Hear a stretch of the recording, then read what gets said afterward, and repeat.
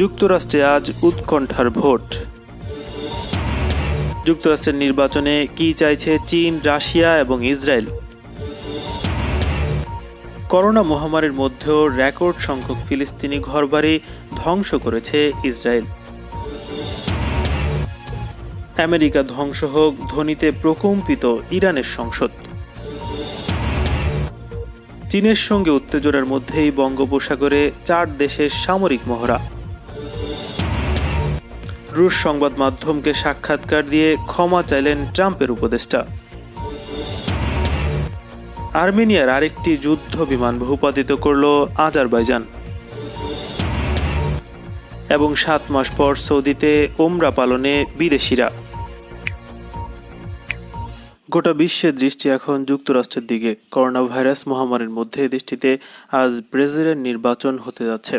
পূর্ব উপকূলীয় অঞ্চলে মঙ্গলবার স্থানীয় সময় ভোর 6টায় নির্বাচনে প্রথম ভোট পড়বে। এবারে নির্বাচন নিয়ে উদ্বেগ উৎকণ্ঠা দেখা দিয়েছে। আইনশৃঙ্খলা বাহিনী সহ বিভিন্ন গবেষণা সংস্থা নির্বাচন নিয়ে আশঙ্কা প্রকাশ করেছে। যুক্তরাষ্ট্র জুড়ে সর্বোচ্চ সতর্কতামূলক নিরাপত্তা ব্যবস্থা নেওয়া হয়েছে। যুক্তরাষ্ট্রের সর্বত্র এখন একটাই প্রশ্ন, কে হবেন পরবর্তী প্রেসিডেন্ট? রিপাবলিকান প্রার্থী প্রেসিডেন্ট ডোনাল্ড ট্রাম্প নাকি ডেমোক্রেটিক প্রার্থী জো বাইডেন? শেষ মুহূর্তে চলছে তারই চুলচেরা বিশ্লেষণ। নির্বাচনে শ্বেতাঙ্গ জনগোষ্ঠীর ভোটার প্রায় 70%, আর কৃষ্ণাঙ্গ 11, হিস্প্যানিক 11, এশিয়ান সহ অন্যান্য 8%। সংখ্যাগরিষ্ঠ শ্বেতাঙ্গদের মধ্যে বেশিরভাগ গ্রামাঞ্চলে বাস করেন। তারা প্রায় সবাই রক্ষণশীল মানসিকতার এবং রিপাবলিকান দলের সমর্থক। শ্বেতাঙ্গদের মধ্যে যারা শিক্ষিত এবং শহর অঞ্চলে বসবাস করেন তাদের মধ্যে ডেমোক্রেট দলের সমর্থক বেশি। অপরদিকে সংখ্যালঘু কৃষ্ণাঙ্গ, হিস্প্যানিক, এশিয়ান সহ অভিবাসীদের সিংহভাগ ডেমোক্রেটকে সাধারণত ভোট দেয়। 2008 ও 2012 সালে বারাক ওবামা সংখ্যালঘু ভোট পেলেও 2016 সালের নির্বাচনে হিলারি ক্লিন্টন তা পাননি। তাদের অনেকেই ভোট দিতে যাননি। অন্যদিকে সংখ্যাগরিষ্ঠ শ্বেতাঙ্গরা সাধারণত ভোটদানে আগ্রহী না হলেও গত নির্বাচনে তারা ট্রাম্পের পক্ষে ভোট বিপ্লব ঘটিয়েছেন। ফলে সব জরিপের ধারণা ভেঙে দিয়ে ট্রাম্প জয়ী হন। 4 বছরের ডোনাল্ড ট্রাম্পের কর্মকাণ্ড, তার বেফাঁস মন্তব্য, কথাবার্তা এবং কৃষ্ণাঙ্গ অভিবাসী বিরোধী অবস্থানের কারণে সংখ্যালঘু ভোটাররা অনেকটাই তার বিরুদ্ধে একাট্টা হয়েছে। অন্যদিকে ট্রাম্পের আচরণের কারণে আগের মতো তার সমর্থনে নেই শ্বেতাঙ্গদের একটি অংশ। করোনা মহামারীতে ট্রাম্পের দায়িত্বহীন আচরণেও অনেক শ্বেতাঙ্গ তার থেকে মুখ ফিরিয়ে নিয়েছেন। তাদের মধ্যে নারী ও বয়স্ক ভোটাররাও ট্রাম্পকে পছন্দ করছেন না। তবে স্বল্প শিক্ষিত গ্রাম অঞ্চলে বসবাসকারী শ্বেতাঙ্গদের মধ্যে তিনি এবারও রক্ষণশীল সাম্প্রদায়িক ইস্যুগুলোকে সামনে নিয়ে আসতে পেরেছেন। এই কারণে গ্রাম অঞ্চলে ট্রাম্পের নির্বাচনী সমাবেশগুলোতে বিপুল সংখ্যক লোকের উপস্থিতি চোখে পড়ে। হিলারির তুলনায় বেশি সংখ্যক কৃষ্ণাঙ্গ এবং হিস্প্যানিক জো বাইডেনের পক্ষে। এশিয়ানরা তো আছেনই, তরুণ শ্বেতাঙ্গ ভোটারও এবার বাইডেনের দিকে ঝুঁকছেন। তবে বিপরীত চিত্র আছে। এবারের ভারতীয়দের একটি বড় অংশ এবং কিছু সংখ্যক বাংলাদেশি ভোটার ট্রাম্পকে সমর্থন করছেন। শ্বেতাঙ্গদের মধ্যে একটি অংশ ট্রাম্প থেকে মুখ ফিরিয়ে নিলে কিংবা শ্বেতাঙ্গরা ভোট দিতে কম গেলে বাইডেনের জয়ের সম্ভাবনা বেশি। আর এবার রেকর্ড সংখ্যক আগাম ভোটের যে হিসেব, সেরকমভাবে ভোটের দিনও শ্বেতাঙ্গ জনগোষ্ঠী ব্যাপকভাবে ভোট দিলে আগামী 4 বছর ট্রাম্পের দখলেই থাকবে হোয়াইট হাউস। নিশ্চুপ ভোটারদের ওপরই নির্ভর করছে ট্রাম্প বাইডেনের জয় পরাজয়। যুক্তরাষ্ট্রের প্রেসিডেন্ট নির্বাচন সবসময় আন্তর্জাতিক সম্প্রদায়ের মনোযোগের কেন্দ্রে অবস্থান করে। এবারও তার ব্যতিক্রম হয়নি। বর্তমান মার্কিন প্রেসিডেন্ট ডোনাল্ড ট্রাম্প পররাষ্ট্রনীতিতে তাৎপর্যপূর্ণ পরিবর্তন এনেছেন। ট্রাম্পের দ্বিতীয় দফার জয়ের মধ্যে দিয়ে সে ধারা বজায় থাকবে নাকি ডেমোক্র্যাট প্রার্থী জো বাইডেন এসে নতুন নীতি নির্ধারণ করবেন তা এখনও নিশ্চিত নয়। তবে পারস্পরিক স্বার্থ সংশ্লিষ্ট কারণেই চীন, রাশিয়া আর ইসরায়েল এই নির্বাচনের দিকে বিশেষ নজর রাখছে। নির্বাচনী প্রচারের পুরো সময় জুড়ে ডোনাল্ড ট্রাম্প এবং জো বাইডেন ভোটারদের সামনে প্রমাণের চেষ্টা করে গেছেন চীনের ব্যাপারে কে কার চেয়ে বেশি শক্ত হবেন। ব্রিটিশ সংবাদ মাধ্যম বিবিসির এক বিশ্লেষণে বলা হয়েছে, কোনো সন্দেহ নেই যে 3 নভেম্বরের নির্বাচনে তাদের দুজনের যিনিই জিতুন না কেন, আমেরিকা এবং চীনের সম্পর্কে যে ভাঙন শুরু হয়েছে তা থামবে না। চীনের মতো করে আর অন্য কোনো দেশেই এতটা ক্ষোভ নিয়ে যুক্তরাষ্ট্রের নির্বাচনকে দেখে না। সম্প্রতি 2 দেশের মধ্যে বাণিজ্য, প্রযুক্তি এবং করোনা ভাইরাস ইস্যুতে তিক্ততা চরমে পৌঁছেছে। 1979 সালে গণপ্রজাতন্ত্রী চীনকে ওয়াশিংটনের প্রথম স্বীকৃতির পর এটি সর্বোচ্চ মাত্রার তিক্ততা। তবে তারপরও চীনা কর্মকর্তারা নির্বাচনে ট্রাম্পের পরাজয়ের অবস্থার পরিবর্তন হওয়ার আশা করছেন না বললেই চলে। তবে তারা মনে করেন বাইডেন ট্রাম্পের চেয়ে চীনের প্রতি আরও বেশি কঠোর হবেন, তিনি আরও জটিল হবেন। 2016 সালের নির্বাচনে ট্রাম্পকে বিজয়ী করতে প্রচেষ্টা চালানোর জন্য রাশিয়াকে অভিযুক্ত করে থাকে সিআইএ। এবারও মার্কিন কর্মকর্তারা সতর্ক করে বলছেন, প্রেসিডেন্ট নির্বাচনে যে প্রার্থী জয়ী হন না কেন, যুক্তরাষ্ট্রের রাজনীতিতে হস্তক্ষেপ করতে ভুয়া তথ্য ব্যবহার অব্যাহত থাকবে রাশিয়ার। আর তীব্র প্রতিদ্বন্দ্বিতা হলে মস্কোর প্রচেষ্টা আরও বেশি জোরালো হবে বলে হুঁশিয়ারি করেছেন তারা। মার্কিন কর্মকর্তারা বলছেন, নির্বাচনে তীব্র প্রতিদ্বন্দ্বিতা হলে ভুয়া তথ্য ছড়িয়ে নির্বাচনী প্রক্রিয়ার মর্যাদাহানির চেষ্টা করতে পারে রাশিয়া। মার্কিন গোয়েন্দার ধারণা, ডেমোক্র্যাট প্রার্থী জো বাইডেন প্রচার শিবিরকে অবমূল্যায়নের চেষ্টা করছে মস্কো। মার্কিন সংবাদ মাধ্যম ব্লুমবার্গ এ খবর দিয়েছে। এদিকে ক্রেমলিনপন্থী সংবাদ মাধ্যমগুলো এবারের নির্বাচনে সহিংসতা এবং বিশৃঙ্খলার আশঙ্কা জানাচ্ছে।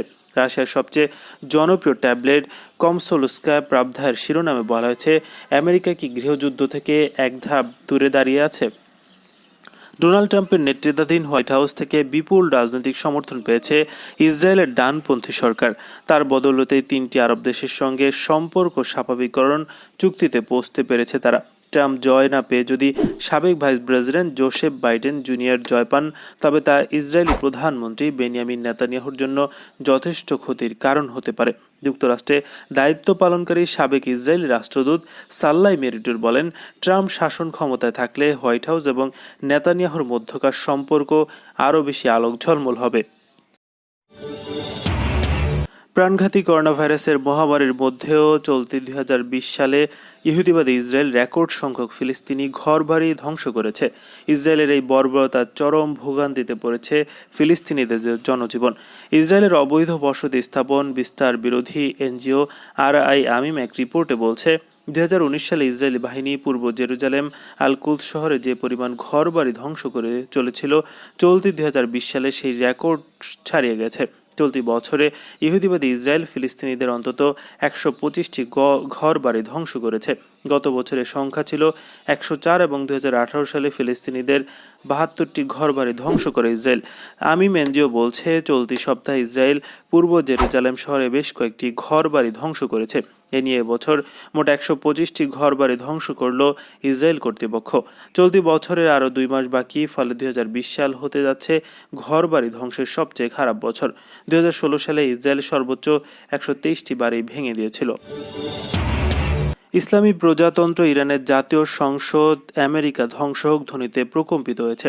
একযোগে দীর্ঘ সময় ধরে সব সংসদ সদস্যই মার্কিন সাম্রাজ্যবাদী নীতির প্রতি ঘৃণা প্রকাশ করেন এই স্লোগানের মাধ্যমে। আগামীকাল ইরানের সাম্রাজ্যবাদ বিরোধী জাতীয় দিবস পালিত হবে। দিবসটিকে সামনে রেখে আজ সংসদ সদস্যরা মার্কিন আগ্রাসী এবং সাম্রাজ্যবাদী নীতির বিরুদ্ধে ক্ষোভে ফেটে পড়েন। ডেপুটি স্পিকার আমির হোসেন কাজিয়াজেদ হাশেমি আজকের অধিবেশনে বলছেন, ফার্সি 13 অবন হচ্ছে সাম্রাজ্যবাদী আমেরিকার পরাজয়ের দিন। ইসলামী ইরানের সঙ্গে সাম্রাজ্যবাদী আমেরিকার শত্রুতা এবং বিদ্বেষের নীতিতে এখন পর্যন্ত কোনো পরিবর্তন আসেনি। তিনি আরও বলেন, মার্কিন নির্বাচনে ডেমোক্র্যাট বা রিপাবলিকান যে প্রার্থী জিতুক, মৌলিক কোনো পার্থক্য নেই। ইরানিরা এটা ভালো করেই জানে যে বিভিন্ন জাতি, বিশেষ করে ইরানের জাতির বিরুদ্ধে আমেরিকার যে নীতি অনুসরণ করছে তাতে মৌলিক কোনো পরিবর্তন আসবে না। ইসলামী প্রজাতন্ত্র ইরানের আগামীকাল পালিত হবে সাম্রাজ্যবাদ বিরোধী জাতীয় দিবস এবং মার্কিন গুপ্তচর বৃত্তির আখড়া দখলের বার্ষিকী। 1979 সালের ফার্সি 13 অবন অর্থাৎ 3 নভেম্বর তেহরানে অবস্থিত তৎকালীন মার্কিন দূতাবাস নিয়ন্ত্রণে নিয়েছিল ইরানের বিশ্ববিদ্যালয়ে একদল বিপ্লবী ছাত্র। মার্কিন দূতাবাস থেকে বিপ্লব বিরোধী ষড়যন্ত্র করা হচ্ছে এটা নিশ্চিত হওয়ার পর এই পদক্ষেপ নেন তারা। দূতাবাস থেকে তারা গুপ্তচর বৃত্তির বিপুল সনদ উদ্ধার করেন। চীনের রাজনৈতিক ও সামরিক প্রভাব মোকাবেলায় বঙ্গোপসাগরে যৌথ সামরিক মহড়া শুরু করতে যাচ্ছে যুক্তরাষ্ট্র, ভারত, জাপান ও অস্ট্রেলিয়া। মালাবাদ 2020 নামের এই যৌথ মহড়ায় অংশ নেবে দেশ 4টির নৌবাহিনী। এ মাসে 2 ধাপে এই মহড়া অনুষ্ঠিত হওয়ার কথা রয়েছে। মঙ্গলবার শুরু হচ্ছে প্রথম ধাপ। ভারতীয় সম্প্রচার মাধ্যম এনডিটিভির প্রতিবেদন থেকে তথ্য জানা গেছে, ইন্দো প্রশান্ত অঞ্চলে মালাবার মহড়া এবারই প্রথম নয়। এবছর 24তম সংস্করণ অনুষ্ঠিত হলেও কয়েকটি কারণে এবারের মহড়া তাৎপর্যপূর্ণ। লাদাখ সীমান্তে চীন ভারতের উত্তেজনার মধ্যে এই মহড়া অনুষ্ঠিত হচ্ছে। এছাড়া 13 বছর পর এতে আবারও যোগ দিচ্ছে অস্ট্রেলিয়া। স্পষ্টত চীনের ক্রমবর্ধমান প্রভাব মোকাবিলা করাই তাদের উদ্দেশ্য।